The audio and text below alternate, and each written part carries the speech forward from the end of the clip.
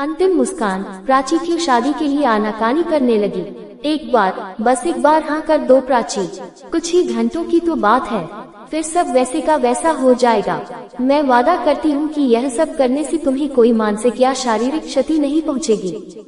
शुभ की बातें प्राची के कानों तक तो पहुँच रही थी, परंतु शायद दिल तक नहीं पहुँच पा रही थी, या वह उन्हें अपने दिल से लगाना ही नहीं चाह रही थी, क्योंकि उसे लग रहा था कि उसमें इतनी हिम्मत नहीं है कि वह अपनी जिंदगी के नाटक का इतना अहम किरदार निभा सके।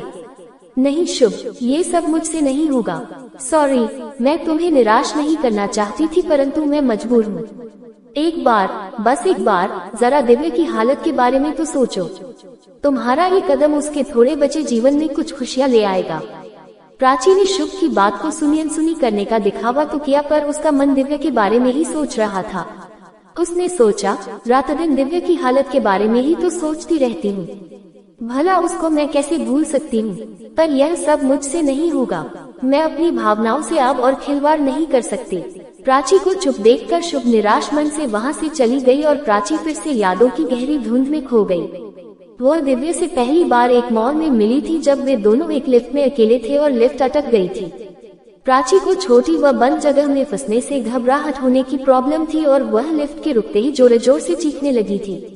तब दिव्य उसकी यह हालत देखकर घबरा गया था और उसे संभालने में लग गया था। खैर, लिफ्ट ने तो कुछ देर बाद काम करना शुरू कर दिया था, परंतु इस घटना ने दिव्य और प्राची को प्यार के बंधन में बांध दिया था।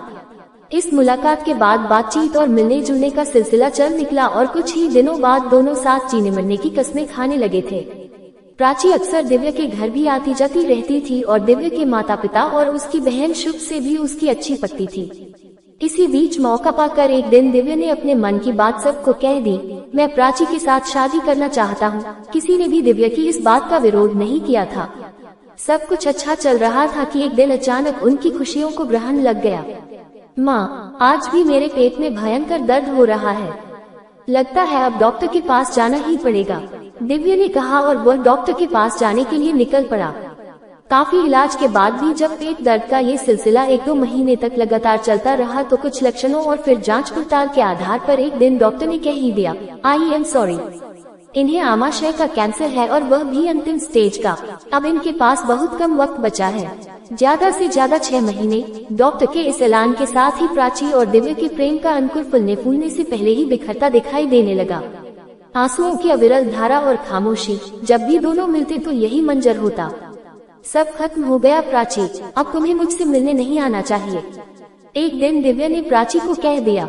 नहीं दिव्य, यदि वह आना चाहती है तो उसे आने दो, शुभ ने उसे टोकते हुए कहा। जितना जीवन बचा है उसे तो जी लो, वरना जीते जी मर जाओगे तुम। मैं चाहती हूँ इन 6 महीनों में तुम वह सब करो जो तुम करना चाहते थे। जानते हो ऐसा करने से तुम्हें हर पल मौत का डर नहीं सताएगा। हो सके तो इस दुख की घड़ी में भी तुम स्वयं को इतना खुशमिजाज और व्यस्त कर लो कि मौत भी तुम तक आने से पहले एक बार धोखा खा जाए कि मैं कहीं गलत जगह तो नहीं आ गई। जब तक जिंदगी है भरपूर जी लो, हम सब तुम्हारे साथ हैं। हम वादा करते हैं कि हम सब भी तुम्हें तुम्हारी बीमारी की गंभीरता का एहसास तक नहीं होने देंगे। बहन के इस ऐलान के बाद उनके घर का वातावरण आश्चर्यजनक रूप से बदल गया। मातम का स्थान खुशी ने ले लिया था।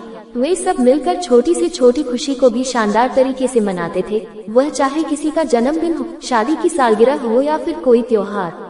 घर में सदा धूमधाम रहती थी। एक दिन शुभ ने अपनी माँ से कहा, माँ, आपकी इच्छा थी कि आप दिव्य की शादी धूमधाम से करो। दिव्य आपका इकलौता बेटा है, मुझे लगता है कि आपको अपनी यह इच्छा पूरी कर लेनी चाहिए। माँ उसे बीच में ही रोकते हुए बोली, देख शुभ, बाकी सब जो तू कर रही है वह तो ठीक है, पर शादी नहीं। ऐसी अवस्था में दिव्य की शादी करना असंभव तो है ही, अनुचित भी है। फिर ऐसी अवस्था में कौन करेगा उससे शादी? दिव्य भी ऐसा नहीं करना चाहेगा। फिर धूमधाम से शादी करने के लिए पैसों की भी जरूरत होगी। कहाँ से आएंगे इतने पैसे? सारा पैसा तो दिव्य के इलाज में ही खर्च हो गया। माँ, मैंने कई बार दिव्य और प्राची को शादी के सपने संजोते देखा है। मैं नहीं चाहती भाई ये तमन्ना लिए ही दुनिया से चला जाए। मैं उसे शादी के लिए मना लूंगी। फिर यह शादी कौन सी असली शादी होगी? ये तो सिर्फ खुशियाँ मनाने का बहाना मात्र है। बस आप इसके लिए तैयार हो जाए। मैं कल ही प्राची के घर जाती हूँ, मुझे लगता है वह भी मान जाएगी। हमारे पास ज्यादा समय नहीं है, अंतिम क्षण कभी भी आ सकता है। रही पैसों की बात, उनका इंतजाम भी हो जाएगा। मैं सभी रिश्तेदारों और मित्रों की मदद से पैसा जुटा लूंगी, कहकर शुभ ने प्राची को फोन किया कि वह उससे मिलना चाहती है। और आज जब प्राची ने शुभ के सामने ये प्रस्ताव रखा तो प्राची के जवाब ने शुभ को निराश ही किया था, परंतु शुभ ने निराश होना नहीं सीखा था। मैं दिव्या की शादी धूमधाम से करवाऊंगी और वह सारी खुशियां मनाऊंगी जो एक बहन अपने भाई की शादी में मनाती है। इसके लिए मुझे चाहे कुछ भी करना पड़े। शुभ अपने इरादे पर अडिग थी। घर आते ही दिव्या ने शुभ से पूछा, क्या हुआ, प्राची मान गई क्या? हाँ मान गई, क्यों नहीं मानेगी, वह तुमसे प्रेम करती है। शुभ की बात सुनकर दिव्या के चेहरे पर एक अनोखी चमक आ गई जो शुभ के इरादे को और मजबूत कर गई। शुभ ने दिव्या की शादी के आयोजन की इच्छा और इसके लिए आर्थिक मदद की जरूरत की सूचना सभी सोशल साइट्स पर पोस्ट कर दी और इस पोस्ट का यह असर हुआ कि जल्द ही उसके पास शादी की तैयारियों के लिए पैसा जमा हो गया। घर में शादी की तैयारियां धूमधाम से शुरू हो गयी। दुल्हन के लिए कपड़ों और गहनों का चुनाव, मेहमानों की खाने पीने की व्यवस्था, घर की साज सजावट सब ठीक उसी प्रकार होने लगा जैसा शादी वाले घर में होना चाहिए। शादी का दिन नजदीक आ रहा था। घर में सभी खुश थे, बस एक शुभ ही चिंता में डूबी हुई थी कि दुल्हन कहाँ से आएगी। उसने सबसे झूठ ही कह दिया था कि प्राची और उसके घर वाले इस नाटकीय विवाह के लिए राजी है, पर अब क्या होगा ये सोच कर शुभ बहुत परेशान थी। मैं एक बार फिर प्राची से रिक्वेस्ट करती हूँ, शायद वह मान जाए, सोचकर शुभ फिर प्राची के घर पहुँची। बेटी, हम तुम्हारे मनोभावों को बहुत अच्छी तरह समझते हैं और हम तुम्हें पूरा सहयोग देने के लिए तैयार हैं, पर प्राची को मनाना हमारे बस की बात नहीं। हमें लगता है कि दिव्या के अंतिम क्षणों में उसे मौत के मुंह में जाते हुए पर मुस्कुराते हुए वह नहीं देख पाएगी, शायद इसीलिए वह तैयार नहीं है। वह बहुत संवेदनशील है, प्राची की मां ने शुभ को समझाते हुए कहा। पर दिव्या, उसका क्या दोष है जो प्रकृति ने उसे इतनी बड़ी सजा दी है? यदि वह इतना सहन कर सकता है तो क्या प्राची थोड़ा भी नहीं? शुभ विफल पड़ी। नहीं, तुम गलत सोच रही हो। प्राची का दर्द भी दिव्या से कम नहीं है, वह भी बहुत सहन कर रही है। दिव्या तो ये संसार छोड़कर चला जाएगा और उसके साथ साथ उसके दुख भी, परंतु प्राची को तो इस दुख के साथ सारी उम्र जीना है। उसकी हालत तो दिव्या से भी ज्यादा दयनीय है। ऐसी स्थिति में हम उस पर ज्यादा दबाव नहीं डाल सकते। फिर हमें समाज का भी ख्याल रखना है। शादी और उसके तुरंत बाद ही दिव्या की मृत्यु, वैधव्य की छाप भी तो लग जाएगी प्राची पर।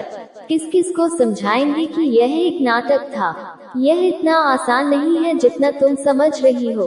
प्राची की मां ने शुभ को समझाने की कोशिश की। उस दिन पहली बार शुभ को दिव्या से भी ज्यादा प्राची पर तरस आया, लेकिन यह उसकी समस्या का समाधान नहीं था। तभी उसके तेज दिमाग ने एक हल निकाल ही लिया।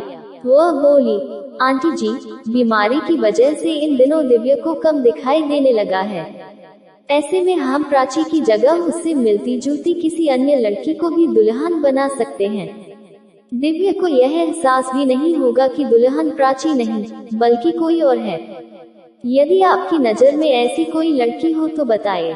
हाँ है, प्राची की एक सहेली ईशा बिल्कुल प्राची जैसी दिखती है। वो अक्सर नाटकों में भी भाग लेती रहती है।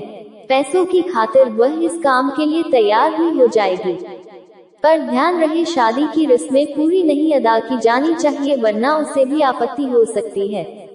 आप बेफिक्र रहिए आंटी जी, सब वैसा ही होगा जैसा फिल्मों में होता है, केवल दिखावा। क्योंकि हम भी नहीं चाहते हैं कि ऐसा हो, और दिव्या भी ऐसी हालत में नहीं है कि वह सभी रस्में निभाने के लिए अधिक समय तक पंडाल में बैठ भी सके। शादी का दिन आ पहुंचा। विवाह की सभी रस्में घर के पास ही एक गार्डन में होनी थी। दिव्या दूल्हा बनकर तैयार था और अपनी दुल्हन का इंतजार कर रहा था कि अचानक एक गाड़ी वहां आकर रुकी। गाड़ी में से प्राची का परिवार और दुल्हन का वेश धारण किए गए लड़की उतरी। हंसी खुशी शादी किस्सा। ऐसा कहानी सुनने के लिए मेरा चैनल सब्सक्राइब करें। सुदेश एक्टिव।